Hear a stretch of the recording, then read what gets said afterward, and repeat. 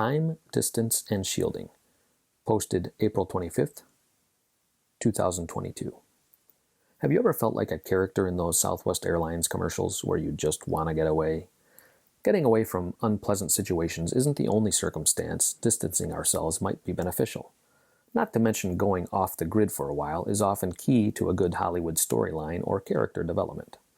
Consider the likes of Bond, Bourne, Skywalker, The Fugitive, or one of my favorites, the obscure yet entertaining pulp hero Remo Williams.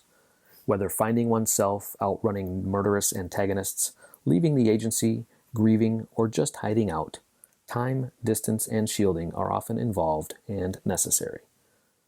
As the world has watched and discussed the Russian attack and atrocities against Ukraine, a concern of many is whether Putin will employ a nuclear weapon. As I contemplate the situation, I think back to my early military service when the Cold War was still a thing. Military strength and respect for nuclear deterrence created a tense yet necessary combination for peace.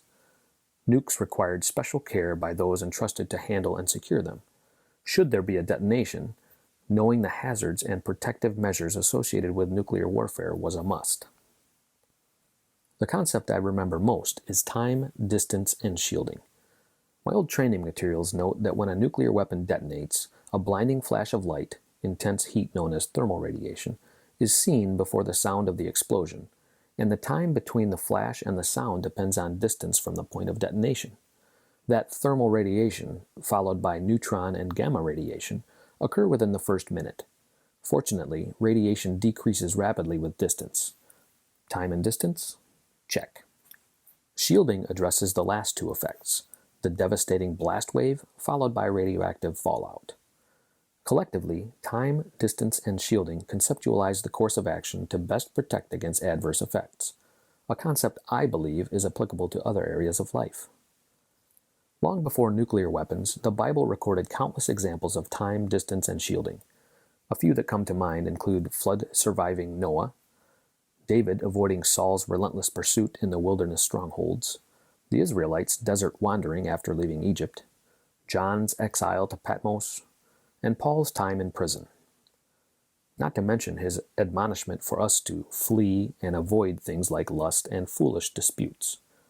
Cities of refuge from Joshua 20, where one who killed another accidentally and unintentionally could flee for protection from avengers until their day in court, epitomize the concept.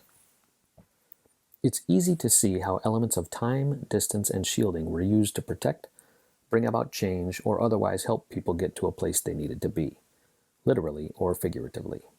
Sometimes the place we need to be involves getting away from our own thoughts for a while. In his book, Chatter, The Voice in Our Head, Why It Matters, and How to Harness It, Ethan Kross mentions a concept called temporal distancing. He says temporal distancing involves keeping things in perspective by imagining how you'll feel about a difficult circumstance years in the future, instead of in the moment. Well before Kross wrote about the voices in my head, Marcus Aurelius shared remarkably similar wisdom about distancing and sheltering the mind from unwanted, unhealthy thoughts and our sometimes harmful inner voice. Tranquility is nothing else than the good ordering of the mind. And, such as are your habitual thoughts, so also will be the character of your mind. Still unconvinced about the non-nuclear applicability of time, distance, and shielding? Maybe you've never had an argument with a spouse or loved one, or a dramatic blow-up after you've ruined the life of your teenage daughter again. Standard response plans in these scenarios include 1. Getting away from the source, distancing, 2. For who knows how long, time, 3. By locking yourself in the bedroom or bathroom, shielding. This may or may not be from personal experience. Other real-life applicability might include things like avoiding the gym to rehab an injury, taking a vacation, retreating to a quiet place to think through some things, avoiding situations that fuel weaknesses like pornography or lust, committal to a drug or alcohol rehab program.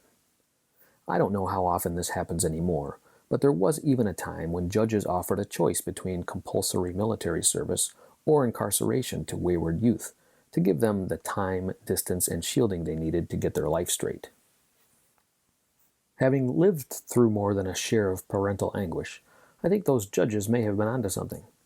Prayer is ceaseless, but there is only so much helplessness, frustration, and sleepless nights to give. Ultimately, incarceration or some other provision for time, distance, and shielding may be necessary for lasting change and recovery. Whether trying to survive a nuclear detonation or mitigate some other destructive blast life throws at you, the concept is clear.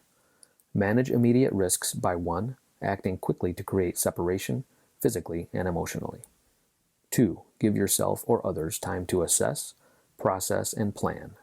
And 3. Protect yourself from the destructive surge and resulting fallout by taking cover, erecting barriers, and building resilience until the danger has passed. Giving yourself the time, distance, and shielding needed to survive the worst of it, you'll gain priceless experience and emerge stronger and better prepared to help yourself and others through the next blast that comes along. I pray that the people of Ukraine, and all of us, will continue to get strong, be strong, and stay strong.